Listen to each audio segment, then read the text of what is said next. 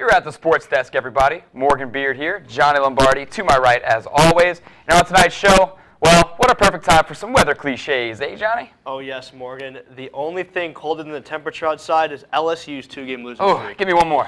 The LSU offense was frozen in place on Saturday night. Okay, I lied. One more. According to some people, the only thing warming up is Les Miles' hot seat. Well, I don't know if I agree with that. Too much. I don't know. But now that we've gotten that out of our systems, let's look back at the 2014 version of the battle for the boot that happened on Saturday in Fayetteville.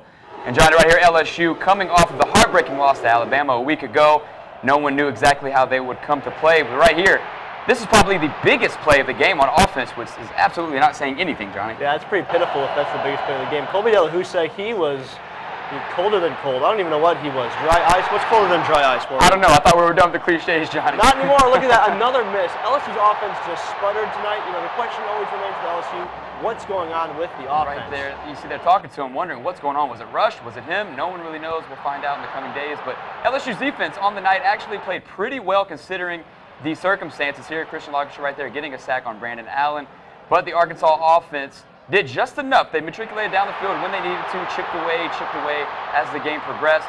And they did just enough to put a little bit on the board, but it's easy when the LSU offense isn't scoring anything. Absolutely. You know, LSU did a great job holding them to only 17 points, but, you know, they only needed 17 points because the offense wasn't doing diddly. You know, another case for LSU this season of just the defense just being tired because they're on the field so much. And Les Miles right there trying to coach him up on offense, but Anthony Jennings all night being harassed in the backfield, getting sacked there, and then late in the game when they're trying to score something with the crucial fumble on a game-killing drive right there as Arkansas, they take back the boot, first time in a few years, and as you can see right there, Arkansas gets to shut out 17-0 over LSU, only 123 total yards for the Tigers, and they drop to 7-4. Now, after the game, a few LSU players talked about what exactly went wrong and how they'll move forward. Those guys towards the field, you know, most of the time they come shake hands, but they went right for that trophy, and you could tell those guys were really hungry and really wanted to win. You could tell right from the beginning the fans were into it. You know, they're really pumped up trying to get this W, but, you know, we tried to match that intensity. I felt like we did, but at the same time, you know, we lost 17-0 at the end of the day. You know, we finished second, and it's not where we wanted to be. This is my team to lead, and, you know, you come down here, and everybody's looking to the quarterback, so just have to remain positive and get better each and every series. And we need those points on those drives. You know, we sustain long drives, and you know, we need to just begin to finish. You know, and you know, we got down there 2 or 3 times, but we have to finish those drives. You know, it's tough when every year you're trying to go out and compete for a national championship, and then they're stripped away from you. So now we're just going out and we're playing for each other, and you know, the seniors, we're trying to enjoy these last moments with these guys. Now going into the game, a lot of the attention was on the offense and quarterback Anthony Jennings, and now that spotlight has been magnified after the offense couldn't get on the scoreboard in Fayetteville, Johnny. That's right. Yeah, Morgan, what happened on the field was concerning, but what happened off the field after the game may be even more troublesome for Jennings. In the frigid Fayetteville night, the 17th-ranked LSU Tigers were shut out and thoroughly dominated by the Arkansas Razorbacks, a team that had not won an SEC game in over 2 years.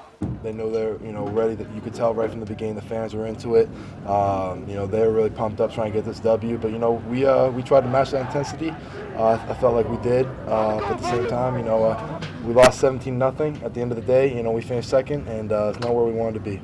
LSU got a taste of its own medicine tonight, only 3 weeks after upsetting third-ranked Ole Miss in Death Valley when LSU fans stormed the field. It was tonight the Hog fans who got the last laugh with a 17-0 victory over LSU, and the Razorback fans celebrated accordingly and stormed the field here at Reynolds Razorback Stadium. I don't feel that we were out of sync. I just think it was a matter of execution. You know, we had the bad snap, kind of put us in a bad position, but after that first drive, you know, we had drives that was 10, 14 plays long, and we just didn't execute at the end of it. We should have scored, and we didn't.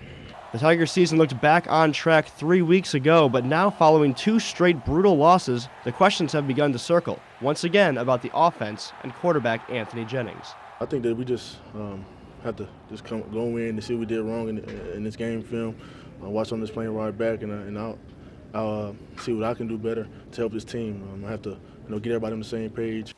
Saturday night, Jennings received death threats and vulgar hate speech on Twitter following the loss. All fan bases have their unhinged minority, but the threats towards Jennings are something that hasn't been seen all season in this magnitude. I want to be out there every single play. This is my team to lead. Once again, LSU is mired in a quarterback controversy, and time will tell over the bye week whether Anthony Jennings or Brandon Harris will take the snaps on Thanksgiving Day against Texas A&M. Reporting from Fayetteville, Johnny Lombardi, Tiger TV Sports. There's no word yet on a starter for Texas A&M in 2 weeks, but be sure to follow Tiger TV Sports for any breaking announcements. And with that, it's time for the first break, but we'll move from the gridiron to the hardwood and talk some LSU hoops. We'll be right back.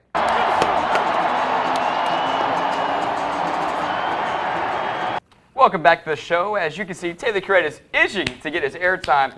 But first, LSU men's basketball has its first big matchup of the season tomorrow night.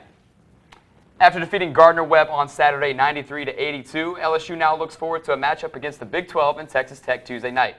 Tech comes off a 14-18 year under Tubby Smith's first year in Lubbock. The Red Raiders are 1-0 to start the season as LSU looks to move to 2-0 in a pivotal early season matchup that could have major implications come March. Game time, as you can see, is set for 8:30 p.m. inside the PMAC on ESPN2. Follow Tiger TV Sports for complete coverage of the entire game. Meanwhile, it's already been an up-and-down season for the women's squad. On Friday, LSU dropped their opener to Arkansas Little Rock 54-70. Head coach Nikki Caldwell said the team would go back to square one following the game, and it paid off on Saturday as the women made the turnaround to the tune of a 71-45 defeat of Sam Houston State. They'll go for 2 in a row in just a little under 1 hour when they take on Jackson State in the PMAC at 7 p.m.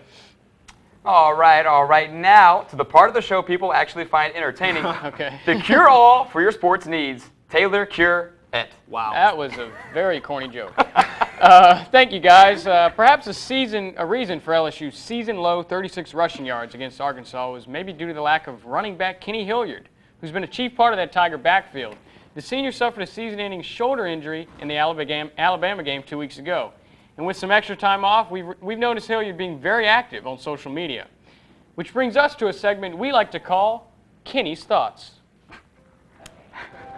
Here's No Ceilings 27, and we're going to catch up with him Wednesday last week. He brings up a good point. Where the gumbo at, though? Where it at, though? Everybody was asking that question. Yeah, and later that night, Kenny's looking for something good on Netflix. 30 for 30s. You guys got any suggestions for him? Beyond the match, some nice wrestling action on there. Can you? This was Thursday. He needs to get healthy. We're all looking for that, speedy recovery.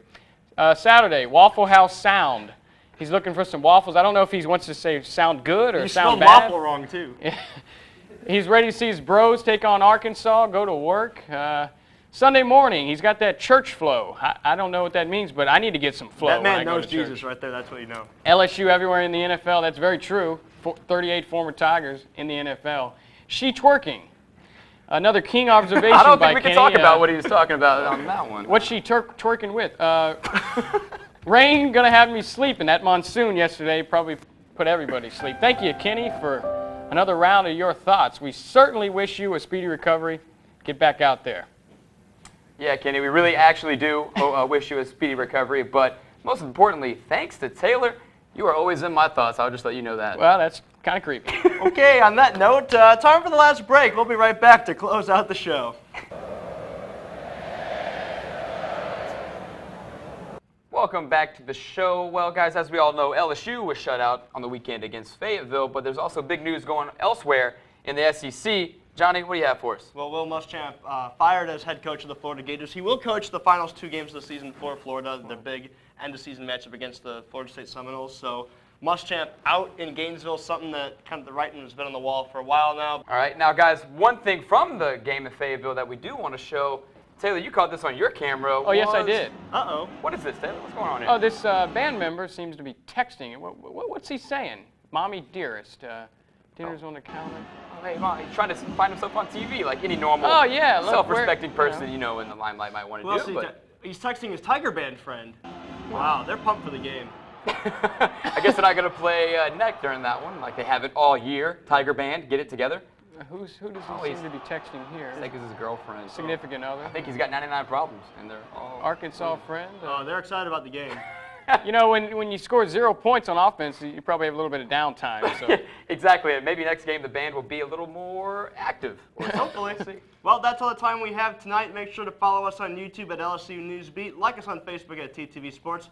Follow us on Twitter and Instagram at ttv_sports. You best join us live every week on TigerTV.tv or on Campus Channel 75 at 6 o'clock. For Taylor Curet, Johnny Lombardi, I'm Morgan Beard. Thanks for joining us. We'll see you next week.